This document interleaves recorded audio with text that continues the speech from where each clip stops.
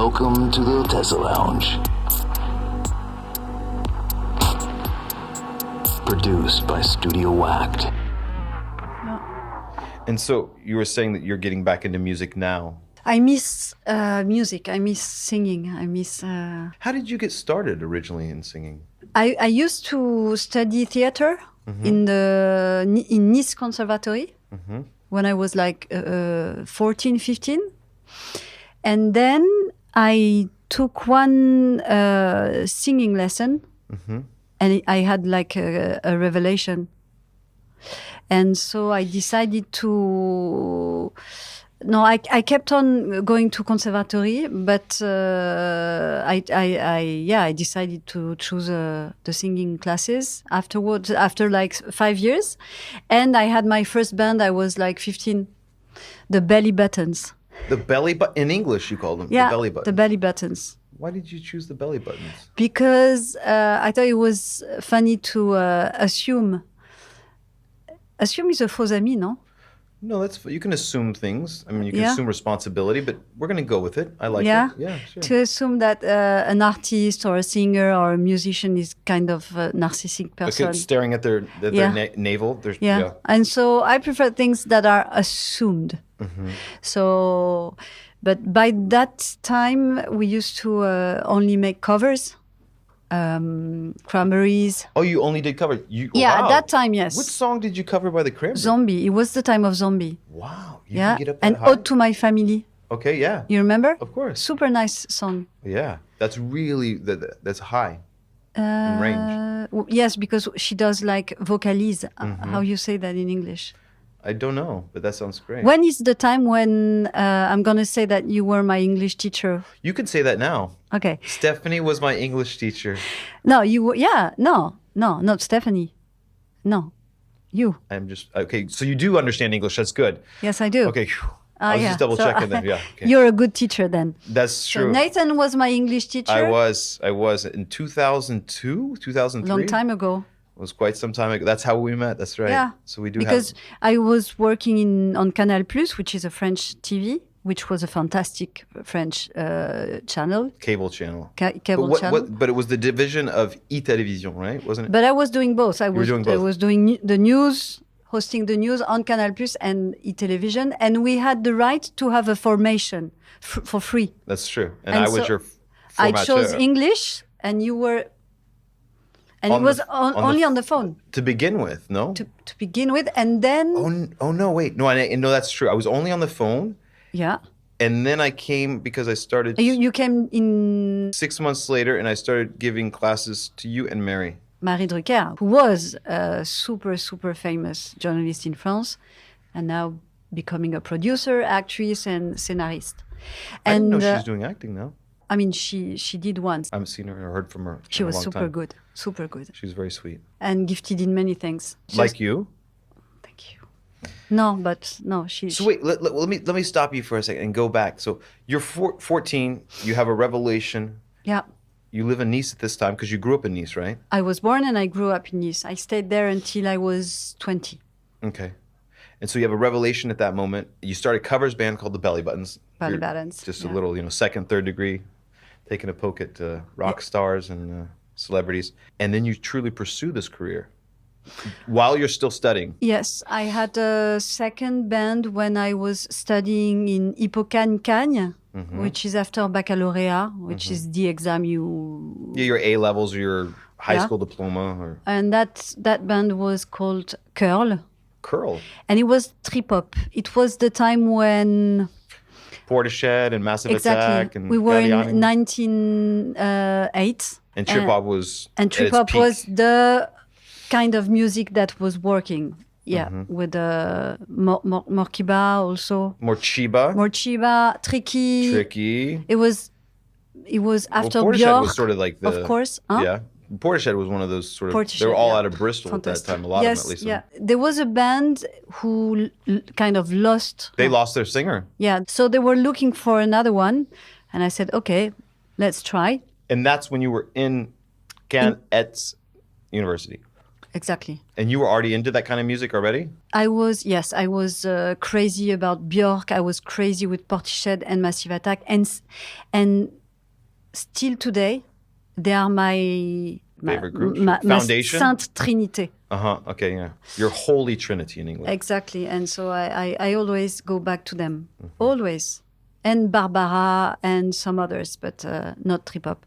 And I realized that I could compose. I didn't know that I was able to compose. You know, we were in the studio and I was listening to there was only the melody, and I tried to create my own melody on the arrangement, and some words arrived. And that's why I discovered that I was able to compose and write songs. So the first album was with my writings and melody also. And that was more in the style of trip hop influence? It was trip hop. And because it was very new in France, and because no many bands were doing that at that time, I was with musicians older than me. We won like many in many festivals. We begin to win prizes. Really? Yeah, we did le Printemps de Bourges.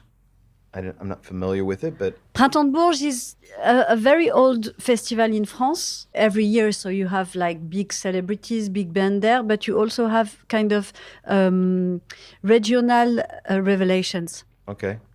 And we have won in our region in front of very famous and huge bands which were playing since like 10 years, 15 years. Okay. But because we did trip hop and it was very new, and I was like in a panther dress. You were in a Panthers dress. Wow. Sparkle, and my hair was like that, and I was wow. It was very. We had fun, and so we won, and so it allowed us to make concerts for. And you're 21, 22 at this point? Yeah. Okay. Yeah. And had you finished your studies by that time, or? No, because then I arrived in Paris, in La Sorbonne, and the band was still in Nice. It was complicated to make rehearsals, and the concerts were less and less good. You think because the distance sort of just... Because we Made needed it to not work, possible, and we yeah. didn't work anymore. And at that time, I had also a boyfriend who was not very easy with me being on stage and being looked by everyone. And I guess that I realized... He was jealous. He was so jealous.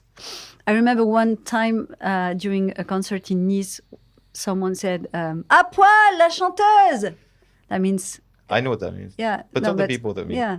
Please be naked, you know? Get naked, yeah. Get naked. And then it was a nightmare. So you got naked?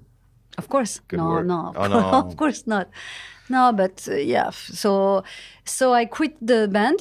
Oh, they found a replacement for you. Yeah. I mean, I was doing the casting. It was awful. And all your songs were mostly in French, I think. No, it was in English. It was all in English. Not very good English, I guess, but it was mostly in English. Yeah. And then after that, I kept writing songs and practice with my best friend, who is a fantastic pianist. But we did that like just to have fun. And in 2008, I quit my job, Canal+, as a journalist, to sing again. And that was my last experience. So that was a third band called Boons. Boons. It was a mix between Björk and Walt Disney singing. Oh, wow. Yeah. Okay. That So it sounds was fun. kind of jazzy, but with electro. So jazzy, more like the Björk of Glingo. Exactly. That's a great album. Lay the table and arrange the seats for my guests. Hey. Back to kitchen with the apron. Hey. Stuff the chicken, let it simmer. Hey. A pinch of pepper, a drop of cider. What a great sound. It's also quiet, mix of Marilyn Monroe and Björk, you know?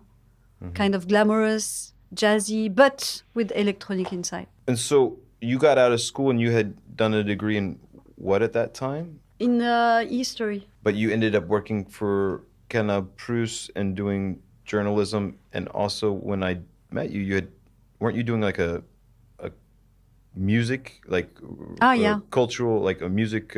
Show. Yeah, exactly. Yeah, because I studied history and then I did a journalism school in Paris.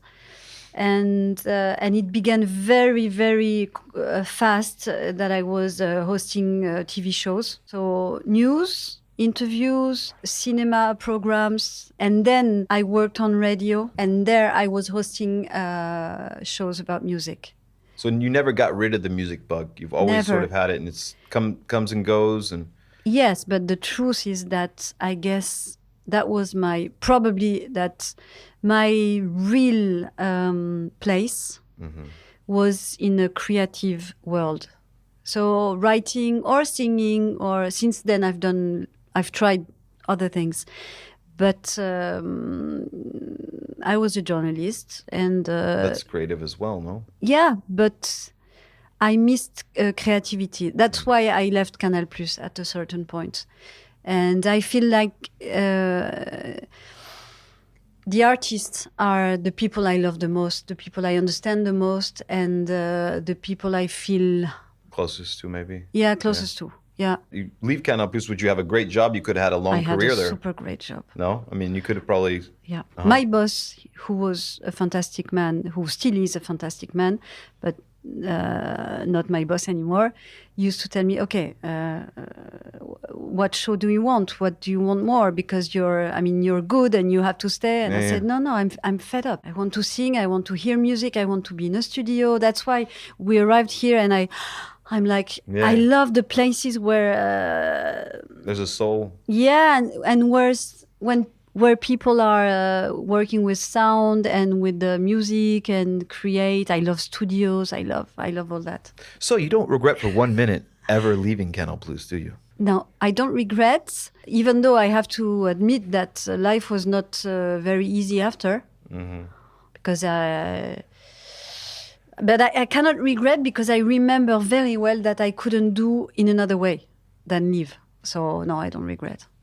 But it was tough. So you followed your intuition, you followed your heart? Very often, which is tiring sometimes. But it's the way I live. So I have to accept that la vie n'est pas un long fleuve tranquille. I mean, for me, some people are very happy in a daily routine. Quo, they know they can sort of surf a wave that's really chill till they hit like retirement. I have friends like that who are very happy like that. I cannot. And how long did this, after you left Canal Plus in 2008, did you go back to singing for and take another shot at it? 2008 until 2010. Then I had a second baby. And I didn't stop. But I was looking for another guy to arrange my songs, and I did like a casting, and I didn't find the good person. No, I couldn't find the right person. Mesh. No, I had a very precise idea of what I wanted, and no, it didn't match. So then I did another show on TV and another show, and I got divorced. You went back and did another show. Wait, who did you start working for? I worked for France 4. Okay. Another channel. So you did, at that point you said, okay, I can go back, start working, and you got a job as a journalist at that point? As a journalist, okay. Yeah. What kind of show were you doing? It was a mix of many things. It was a mix where I was an anchor woman, serious interviews, but at the same time I was like doing fake advertising with a lot of funny things inside and singing, and I was crazy. It was like we tried to do like Jimmy Fallon show. Okay. But without money, probably with less talent, and with the team very, very small. It was super fun, but it was not a huge success. Well. And so it stopped quite quickly, and then I came back to news. And those are all on cable? Yeah, I was on cable. Okay. Yeah. And then, so the news again, and the radio show. Then I quit the TV to go to radio. And you went that was my first experience in the morning. Okay. Morning show. You did like a morning show. Yeah. RTL. RTL 2. And on there, RTL2, le son pop rock. oh, that was you who did the announce and everything too? No. No. It sounded No. pretty good though. I liked it. And on there you were doing just everything about... It was a 3-hour show and it was very light. I mean, Okay. it was not the news. And did you like that job as well? Or? I liked the radio and the intimacy that this media could offer. For example, when I was interviewing artists, I could notice that they were much more open to talk on radio than on TV. Okay. Yeah, so that was Because fantastic. you couldn't see him, you think? Is that why? Yeah, I guess so. No, because yeah, there's not the pressure of the camera, and you have more time also. So that was super nice. And I hosted like 2 shows on RTL2 about artists, and I had an hour talking with them, and it was fantastic. So that I enjoyed. The morning show a little bit less because it didn't nourish my brain a lot. You know, I was like, there is I don't know how you call in English, but there is you can be a journalist or an anchor woman, animatrice et journaliste, which is not exactly the same. Journalist is kind of a deep work, and animatrice, it's just about some good mood you spread, you know. So you have to be fresh and funny is better, and There's more work behind the scenes that you're doing. You're actually going out and doing like sort of investigative work and actually writing. yeah, il y a plus de fond. Uh-huh. There's more. Foundation to it. So I got a little bit bored in the morning show, but I earned money, so that was nice also. That's essential. Yeah. And then eventually you decided to leave there as well. Yes. Yeah, well, it ended not very well. You left there on... Well, I began to ask for changes, and because my show was getting a little bit, repetitive? repetitive, and I wanted to offer. I feel very responsible with the people who listen to what I do, and so I had the feeling that the show was not was getting emptier and emptier, and I wanted to talk about new artists, new kind of music, because it was only pop rock, and we have done about U2 like 3 times, Coldplay like 4 times, and I said, guys, I'm feeling like shy, I mean not shy, but ashamed, you know. So I wanted to open a little bit. And they didn't listen to you. They didn't want to hear that. No. Because you're on the up and up on what's happening in music, and you sort of wanted to talk about some... Yeah, and different I had faith in my show, and I wanted to do new things, but they didn't want, and so I was annoying a little bit, you know. So they decided to say, goodbye, Stephanie, we don't need you anymore. And I took it badly. So, and then, but I believe that every step in your life, good moments or bad moments, are occasion to start something new. So I created 2 things. I created my producing company and a clothes brand. What is your production company? For music? No, Wow. well, it could be for music. It's La Label Production. It's called La Label Production. And it was just to be free, to be independent, and to be able to create what I had in my head, such as podcasts, new show, TV or whatever, and music. Why not? But I began with a documentary. Okay. And it was really just to gain independence, maybe. I don't know. Is that why you did it? To become an entrepreneuse? Yeah, I've learned a lot, because it's tough when you are creative to begin to be an entrepreneur. Because my one side of my brain was not ready for that. And you know, Wasn't ready for what? To Well, take on the responsibility? to handle everything by myself. You know, when I began to work, I was like 21 in a huge company. And since then, for 20 years, I was handled by huge companies. So I didn't have to care about contracts, what to pay, when to pay. I had a mutual, I had social security, and I just had to sit on my chair, write my things, and do the job. When you become independent, it's the jungle. My accountant, he used to talk to me, and I was like looking at him like. He's speaking Greek or something? Yeah. And he said, okay, do you know what is a tableau Excel? An Excel. Yeah. And I said, I was becoming like... nervous or anxious? Super nervous, yeah. And I still don't understand how it works very well. But you don't care, right? Well, I do care because Yeah. I pay and I would prefer to earn money, But and, couldn't you just pay your accountant to do that? I mean, isn't that what he's there for? Yes, but sometimes he needs to talk to me. Yeah. And when he talks to me and I go, no, I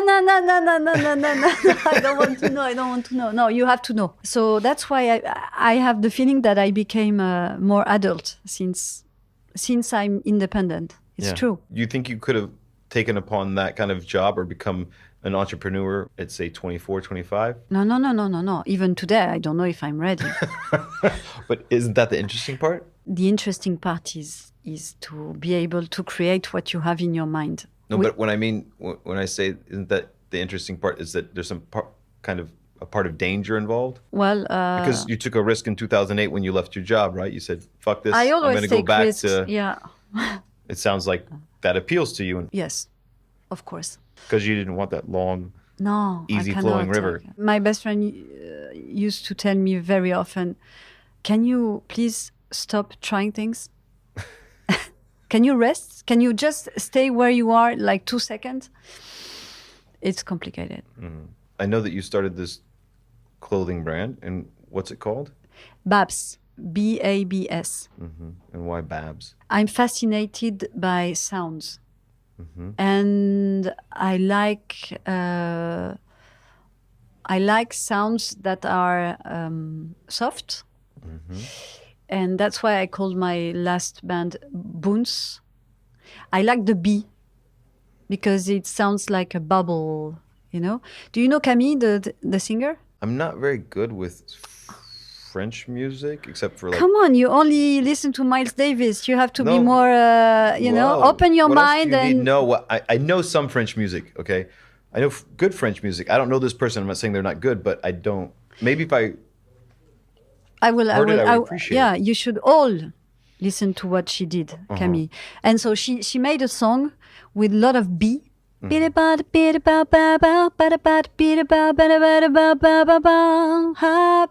bubbly you, bubbling me.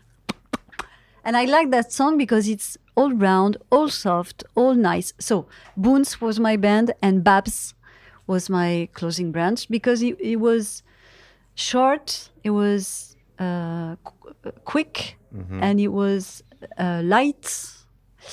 So and that was the surname of my boy when he was a baby, Babs. Okay. And it looks like Baba Cool also a little bit. What's the biggest inspiration for this brand? It's a coat that my grandmother made for me when I was 17. It was a black wool, very simple, long coat that I used to wear everywhere, every time. During when I was singing on stage at Le Printemps de Bourges, I had it with Doc Martens, with little skirts, with jeans. I've been wearing it for like 15 years, and one day he died, so I had to throw it away. And since then I always looked for a coat or a clothes that makes me feel confident. I'm not in fashion, I'm not obsessed with clothes, but I know that some pieces you have in your dressing, in your closet, or in your closet are special because they give you something special. And that coat was making me feel confident and protected. When I was in India, I went to fabric shops with fantastic fabrics. And where in India were you? Because India's I was in Kerala. Okay. I don't know where that is. Kerala is part of India where it's raining a lot in August, I can tell you. So usually you go to Kerala for spring.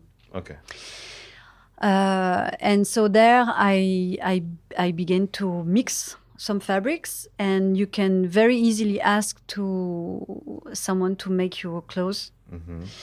And I did some peignoir, like kind of kimono. I mixed a lot of fabrics, and I asked them to make me some kimonos, and I came back with one kimono for my boyfriend, one for my daughter, one for my son, and one for me. And I really enjoyed the experience. So I was missing a coat. I had a revelation with fabrics and making. I was like a little girl in a candy shop. And I knew exactly what I wanted to mix. So it was very obvious. So that plus that, I decided to create a brand. And my best friend used to tell me, can't you just make one coat for yourself? Why do you have to create a brand when you get, when you have fun with something? And because I think that I have the answer, I really like to share what I like. Okay. Stories, clothes, and that's why I will make film, and I will keep going make clothes, I guess. And hopefully you'll return to music as well. Yeah. Because you said before that Yeah. right now you're trying to get on the piano and sing at the same time. Yeah. Yes, it's true. And that's at that point when I was talking about, before the cameras are on, about Frank Zappa, and that you were saying it's difficult to be actually playing and then also singing at the same time. Well, Frank, he found out that he couldn't play and sing at the same time. He'd either play, or he had someone else would be playing, or he'd do the part and then sing over it. Yeah, but I would like to have someone close to me, and I would say, play that, play that. Play that. I want to sing. Yeah. Could be early in the morning or. But you know how to play, but you don't want to do both at the same time. I don't really know how to play. I mean, I can play, but it's not very pretty. But where can we find your clothes? I mean, do you sell them in shops, or are they online? It's only online, Okay. yeah. It's babs.paris. Babs.paris on Instagram, and I have a website also. And how's that going? It's okay. I mean, it's what I do is that, because after India was COVID with the lockdown, and I had the idea of going to India, buy furnitures, and do my brand. But after COVID, I said, no, you have to do with what you have here. And so I decided to buy only furnitures from super beautiful French brands, such as Hermès, Vuitton, Céline. You mean the fabric, the supplies? Yeah, exactly. I buy only the fabrics that they don't use anymore from previous collections. Okay, so they throw stuff out. Exactly. And so you're recuperating. Exactly. Oh, that's great. And that's exciting because I only have like a few numbers of coats in one fabrics, for example. So it's a limited series as well. Exactly. Okay. So sometimes I have 9 coats with the same fabric, or 10, maximum 12. And everything is made in Paris. So it has a price also. And if I would sell my coats in a shop, it would be super expensive. And I want to sell to girls like me, who cannot afford to pay like 600 euros for a coat. I don't want that. So that's why I only sell on Instagram and with my website. That's great. And I have some for men that would suit you very Really? well. Like Yeah. a kimono style kind of thing? Yeah, it's kind of a kimono. It's a mix between a coat and a kimono. Yeah. You should have brought it today. I would have donned it right away. Yeah, you're right. could- And I have one left for man. Only Yeah, one. Okay. yeah. I would have put it on right away. Do I wear it with a shirt, or do I wear it shirtless? No, t-shirts, Okay, t-shirts are jeans, good? basket, and Okay. with your skater, surfer style would Oh be yeah, perfect. you think that'd work? Yeah. Yeah? This is the best. Well, tell you what, you give it to me and I'll wear it next time. I will use you as a model. Okay, there you go. Yeah. I'm gonna start modeling BAPs. Yeah. This sounds good. Yeah. I've only modeled once actually, and I was completely covered. That's twice actually. One time I modeled fireman outfits. No, this is not a joke. For like where they buy their uniforms. Yeah, where yeah. they have like the Okay. catalogs for firemen's Yeah. or firemen.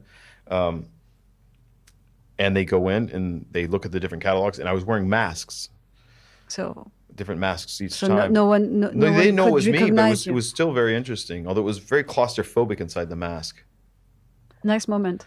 It was interesting. And then I did, yeah. And then one time I modeled for a bank or something. It was really weird, a Swiss bank advertisement. And I was, the first time and last time I ever did still like photography and a modeling setting. It's funny because you are quite full of fantasy and funny and energy. But last time I saw you on a movie, you were like a banker, very... Yeah. Huh? Very serious, very... They wanted me to be very... no? Yeah, they wanted me to be very cold. Yeah. They wanted me to be very, I guess, an asshole producer. Yeah. So well, if you felt I was cold, I probably did a good job. I don't know. Maybe, if that's what you understood, then that's good. So wait, let's get back to when you... I used to model also, but I was... Oh, really? Yeah, but I was young. Yeah, that's why I didn't do this yesterday. This is a long time ago for me too. It wasn't, yeah. And you modeled what? La Redoute. No. Yeah. There's old copies of the Redoute with you in them? I don't. Maybe my mother still have it, but I used to earn quite well some money, and I was like, it was between 10 and 15. You were 10 and 15 years old? Between 10 and 15. So you're doing like the kids section? Yeah, kids and then teenage. Oh, wow. Okay, so this is like 1995. That was pretty good, no? You like that? Before. Oh, no. It was before. 95, I was... No, I know, no, you're right. Yeah, it was 95, right? Yeah, okay. So let's go back to you segueing into being a documentary filmmaker and how you eventually decided to embark upon that. I was called by a producer for something else, and I said, I just created my own production company, and I have ideas. I have 3 ideas. I like to do a movie about friendship. I'd like to do a movie about mental health. And I would like to make a portrait of my grandmother because she's a fantastic woman. And he said, okay, well, let's talk about all that and let's meet. And we met, and he picked up the one about my grandmother, and he believed in the portrait. And so we started to work on that movie, and we did the movie. And it went really well. And it went really well. Mm-hmm. And you did the subtitles. I did the subtitling in English. And we are about to sell it abroad, so that's cool. And it was a success on TV, and so I was very happy. And who was your grandmother, just out of curiosity? I mean, I know she My grandmother is a French woman called Micheline Roquebrune. Mm-hmm. She was born in Nice, but she arrived at 15 days in Tunisia, and she used to live for 40 years in Morocco. So she's a woman of Maghreb, really. And at 40, she was playing golf, very good, in Rabat. In Casablanca. And she won the prize of woman. And the man who won the prize of the man was Sean Connery. Mm-hmm. And they met there, and they fall in love. In a crazy way. It ended that she has been his wife for 50 years. Mm-hmm. So she ended to be Micheline Connery. And she's still alive, and she's 94. And she had a fantastic life with him and before him. That's why I decided to make the movie. Not only to tell the love story between my grandfather, because I consider him like my grandfather. But he was from a very early age, no? Yeah, because they had been together since 7 years when I was born. So he was your grandfather. Yeah. And that leads us to the next documentary, right? Yeah, but it hasn't been sold yet, so Okay. We shouldn't talk about it. I prefer not. Okay, this part will be cut out, don't worry. No, but you don't have to cut, but We it's can. a teaser. Okay, hasn't been sold, but No. you might or might not be working on a documentary about Mr. Connery as well. Or Sir Connery. Maybe. It's possible. I hope so. It's possible. Yeah. And your grandma she played a very important role in your life, didn't she? I mean, I've seen the In my documentary. life? Yes. Absolutely. She's such a character, and she's tough, but she's fascinating, very inspiring, very brave. She's brave. I don't know if you know a lot of people who are brave, but I don't. And she is. No, I did subtitle it and I did watch it a couple of times, so I know that she's Super a very brave. strong woman, yes. A Yeah. strong person in general. I mean, yeah. Yeah, strong person, and she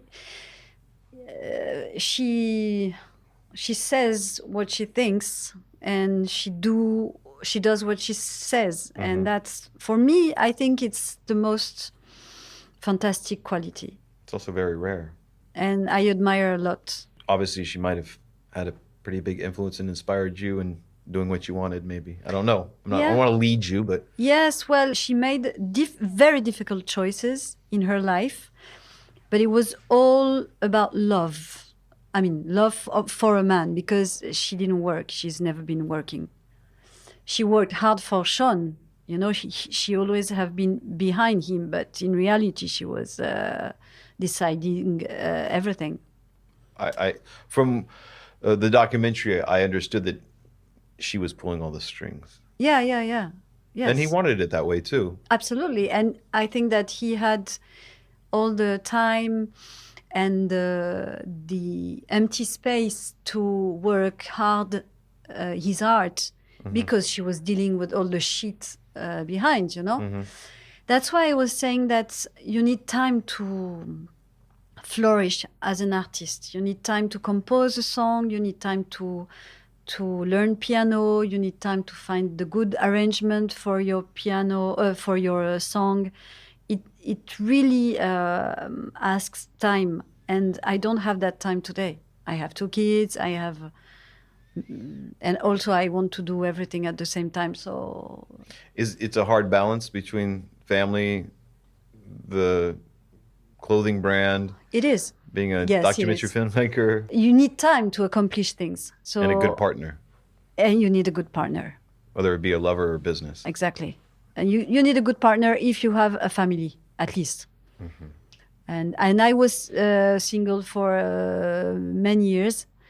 So, I mean, I was not really single, but my priority was my kids when I divorced. So I gave all my energy to my kids more than singing, etc. No regrets. No, absolutely not. But I realized while I'm talking to you that, yes, my last band was when I was still married. I had time because I know that my husband was taking care of many things. So, yeah, it's true. I should probably get married again Really? to be able to sing. No? You can just find someone that will take care of you. No, as no, well. no, it's or true, that can it's take true. care of all that.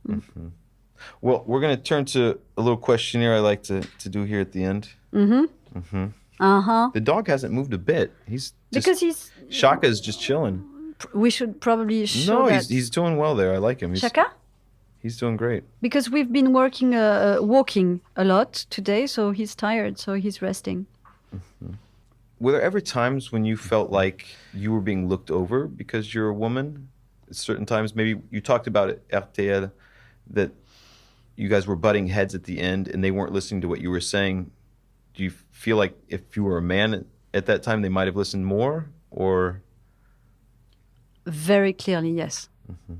But very, very, very clearly. Yeah. Yeah. You know, I mean, I have a friend there, and he used to be unhappy for that, always complaining. with a loud voice, making noise. Mm-hmm. And it was like, oh, come on, he's playing the diva. No. I would never allow myself to do the same thing. Otherwise, I would have been treated like a hysterical, pain in the ass. And no, yeah, absolutely, yeah. And do you feel like that that it's changed a lot since you got into it in the mid to late 90s? I don't know, because I quit television 4 years ago. Mm-hmm. I was not happy with those people. But for example, when you hear Léa Salamé, which is probably the most famous journalist today in France, she says she began a long time ago. And she says that things have evolved a lot, but now she's a celebrity. So I guess also that people are not behaving the same with her that they would behave with a younger beginner girl on TV. When you started off, would you feel like it was a very misogynistic atmosphere? Or, no, because I was very lucky to begin with Bernard Zecri, who was my boss, and he was fantastic. And he believed in me, and he was pushing me, and he was fantastic. So I was very lucky to begin in Canal+. I was very happy in Canal+. Then I was lucky with Rodolphe Belmer, who was the boss of Canal+, and who really considered people for what they were. And when I quit Canal+, Bernard Zecri encouraged me, and he came to my first concert saying, oh, girl, you're crazy. You are leaving the best job you've ever had. But bravo. And he was a man from New York City who discovered hip-hop in New York and brought it in France. So, he had that kind of thing. That was Canal+. And Rodolphe Belmer helped me to develop my music afterwards. So, and he was also attending my concert. So I was very lucky. But yes, I met also men who were not good ones. Mm-hmm. Yeah. But I didn't have awful stories to tell about that. I mean, I'm not looking for awful stories. No, I know, but I've never, Necessarily. but I've never been a victim of, really dramatic issues. But would you say that, I know you've lived abroad. I know that you've lived in maybe Mexico for a while? Or No, Central I've America? been in Mexico. Oh, okay, I thought you might have lived there for 6 months or something. No, I wanted to. Oh, I wanted to sorry. leave Oh, sorry. Paris to go there, but Okay. no, I've been there twice and I fall in love with that country. Yes, I wanted to live there. Do you think that France is a bit behind when it comes to women being in positions of power vis-a-vis, let's say, I don't know, Holland or Germany or England? Yes, if we compare to northern countries, for sure. If we compare to Latin countries, no. So we are in the middle. What kind of advice would you give to your younger self as a journalist? Just as a younger girl, As a younger woman? put the little voice you have inside louder. I would say that. Listen to yourself. But didn't you do that to a certain degree? I mean, you just said you left this wonderful job and you said you're going to start a band and you did it. Yes, I did. But I could have done it before. Yeah.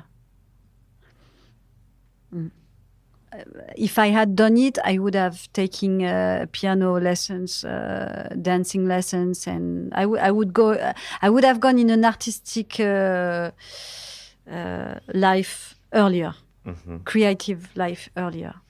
I've always done both, but very often I tell to myself that at some point I will discover that everything that I did get along together and it had a sense. And I'm beginning. For example, when you write a movie, the writings dynamic that I have learned hosting the news. Mm-hmm. I know that I'm fast. I know that I can be fast, and that's because I wrote a lot. So all that experience from the past is helping out today. Yeah. And where do you feel, I guess, most free now? Do you feel most free working in fashion or in production, when you're writing, when you want to get back to music? I feel free when I write. Yeah. Because it's me and the words. And for the moment, I only write about real people I know.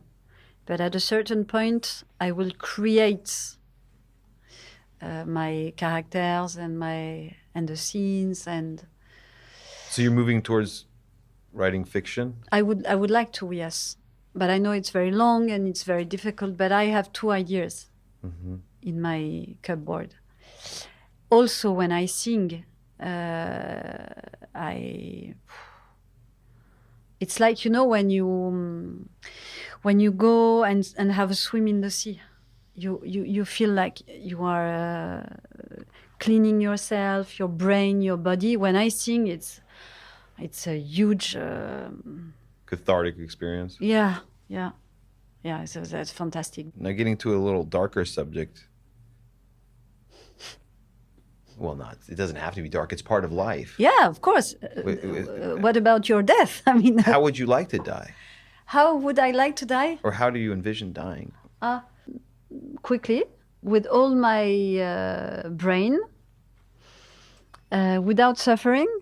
Of course, it will be an ideal That's great. death. That sounds Okay? good. Yeah. Surrounded with a happy family, I would say. Grandchildren, Oh yeah. Oh, you're gonna have. Okay. in a house full of sun. I would say close to a garden where there will be olive trees and dogs, and I don't want to die alone. I want to die happy. Yeah. We're all gonna die alone, though. Yeah, I know you're No, I'm just alone. fucking- I'm just- At the fucking moment, you are quite alone. But just before, I'd Of like course, I'm just to playing. die in my bed, Mm-hmm. And in the morning, she didn't wake up. It's funny because yesterday she was dancing in the living room. Basta. Basta. Così. That said, do you have a motto or an adage? To feel free, you have to learn to say no. And to say no is one of the most difficult things to do. I don't know if it's more difficult for a girl than for a man.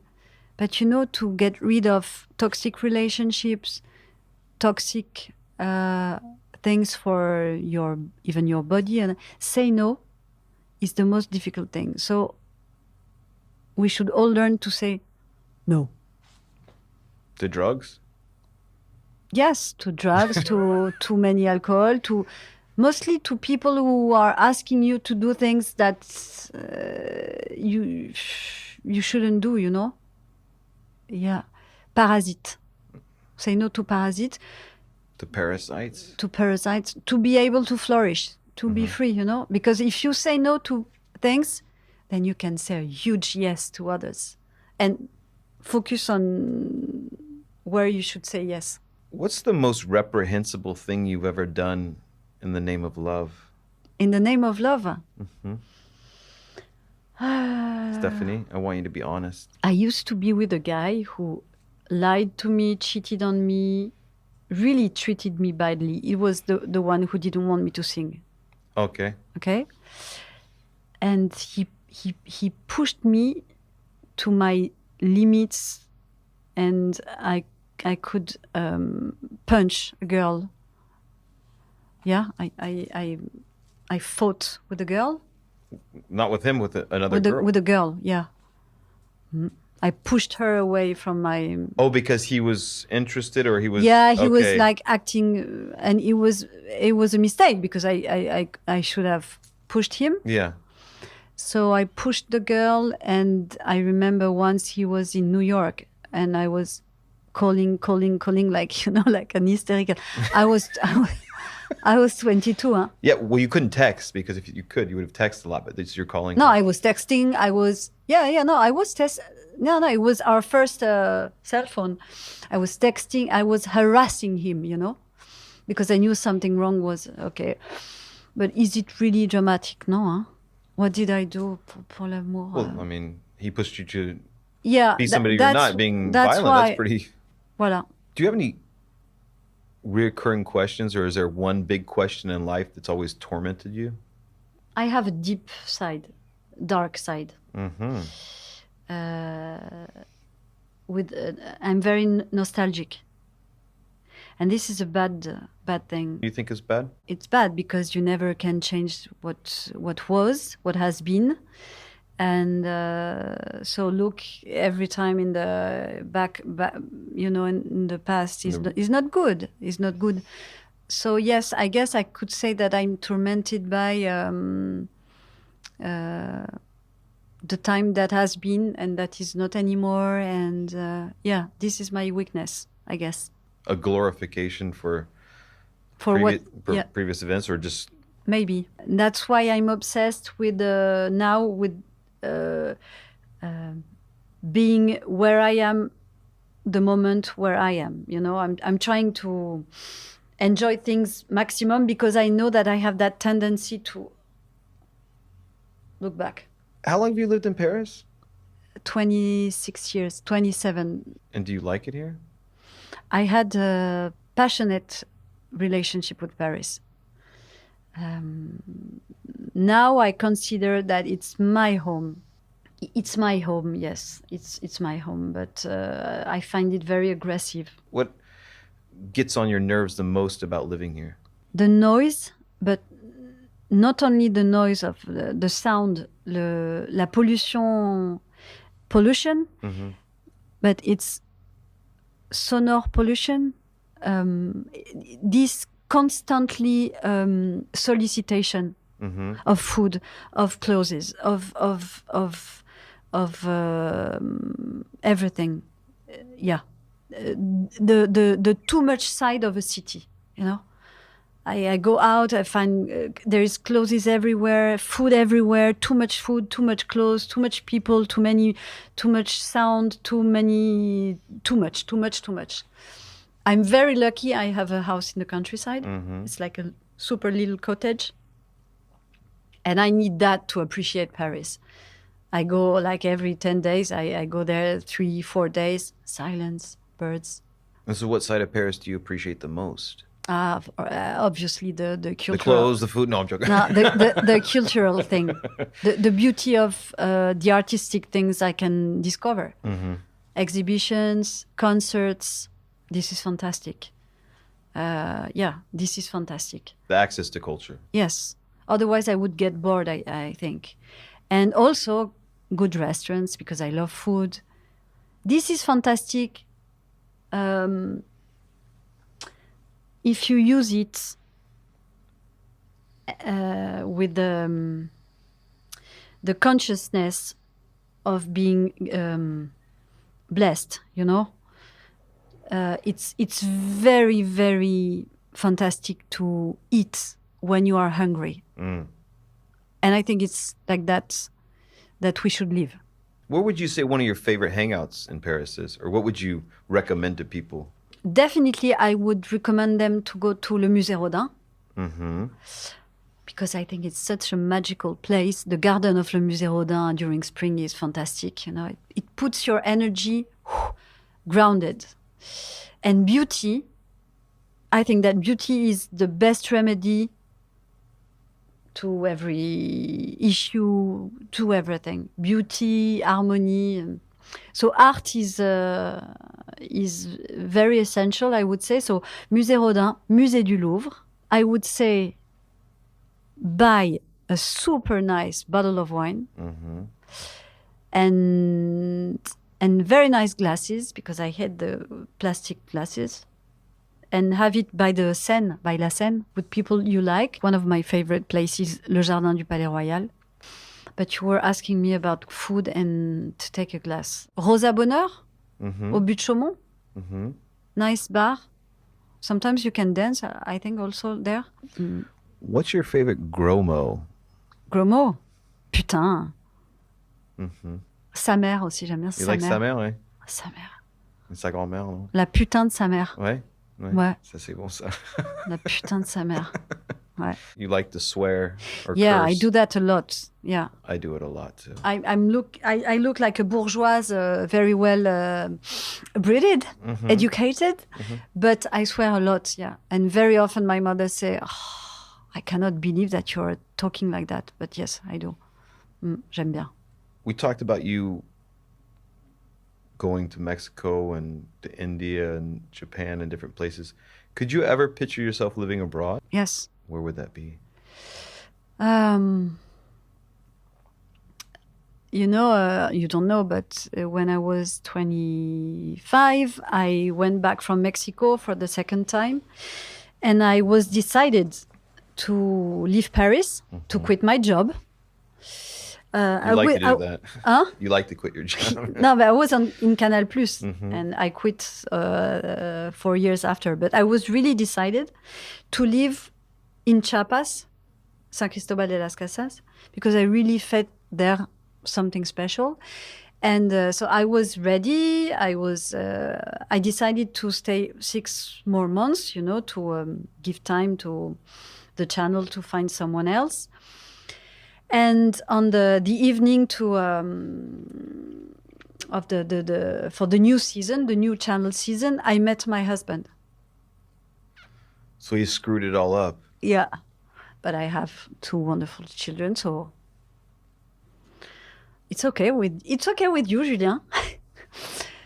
So you like Latin culture a lot. I like the sun. Yeah. But I love London, for example. I love Edinburgh also.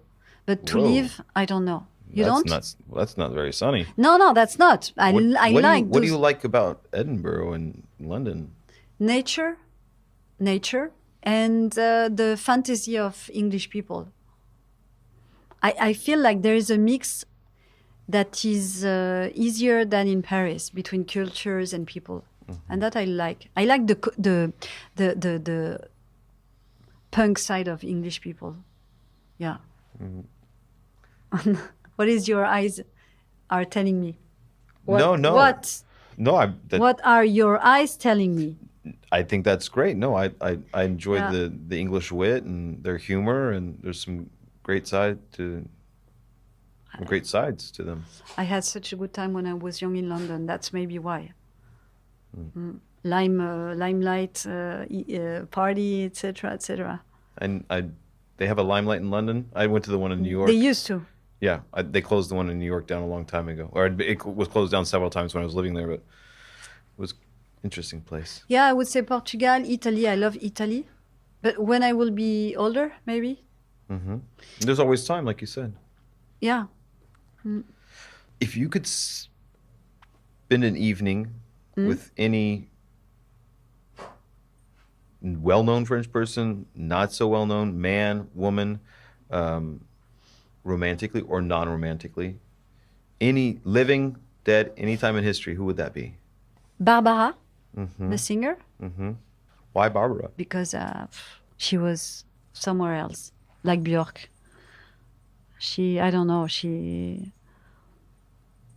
the way she used words, the writer she was, the composer she was, I'm super admirative. So now you can, anybody in the world, and that person would be Björk. Why Björk? Because she's very singular, you know, and I think that in music, it's very complicated to invent something in music, and no one has really invented music since, you know, there was a Kraftwerk with electronic music long time ago, and then rock and roll, Elvis Presley, then Elvis didn't invent rock and roll. no, it's true, you know, because He it just was popularized it. yeah, absolutely, but it is something also to make things. Yeah, he was a showman. Okay. There's no doubt about that. But Björk, I mean, she made poetry with electronic music. She has such an energy that is singular and that only she has, with that voice also. She has something of an animal, and she is really the fruit of her island, you know? I like that. The fruit of her island. Yeah, I feel like she is in Iceland is an amazing country also, you know, full of high vibration. There is something very special in Iceland, and Björk is the fruit of the island. How many times have you seen her in concert? 3 times. Mm-hmm. Yeah, my dream was to be to follow her and to when I was young, but I wanted to. I wrote her a letter to be engaged as an assistant. Mm-hmm. I never sent it. Oh no! No. So that you regret? Yeah. Have you seen her movie Dancer in the Dark? That's not her movie, but she was. No, that's not her movie. But I Lars mean, von she Trier. takes. Yeah. I love Lars von Trier. He's special also. He's a pretty lugubrious, dark cat, but he makes great movies. Yeah, but and he does things in a very singular, unique fashion as well. As soon as you use your dark side to create something, then you're saved. I remember her saying that. I think that was her first and last experience. It was a nightmare. Acting, and she said never again, because she wasn't a professional actress and she never had any formal training. And even from, I guess, a human perspective, she didn't know how to dissociate her real feelings from the feelings of the character she was embodying. And it took her, I believe she said 2 or 2.5 years to really get over this experience. No, I guess she's very special, and she is like naked with emotions, you know? Well, super, Stephanie. I want to thank you so much for coming on today. Thank you for the psychologist sequence. Yeah. Oh, a little bit. You felt like you got some of the bad energy out talking to me today? No, bad energy, no, but I love to be with my psychologist. Yeah? No, but I'm saying, but when you do go, I mean, it's like you were saying before, it's cathartic, and you No, it means that felt it was that same rapport between us? It was no, but You might want to talk to your psychologist about that. No, it was just introspective. You know, when you look back to all your life, it's something. No. Always. Yeah. So. But you didn't focus on it. You didn't turn it into nostalgia. So it's great. See. No, absolutely. We were right here the whole time. Yeah. Exactly. Just you, me, and Shaka. Namaste. Now we can bring Shaka on. Shaka, viens ici. Viens. There we go. Oh, there it is. Oh. My lion. My bodyguard. Oh, I know this dog. Voilà. I know Shaka. Shaka. C'est gentil. Oui. Bon vent, mes camarades.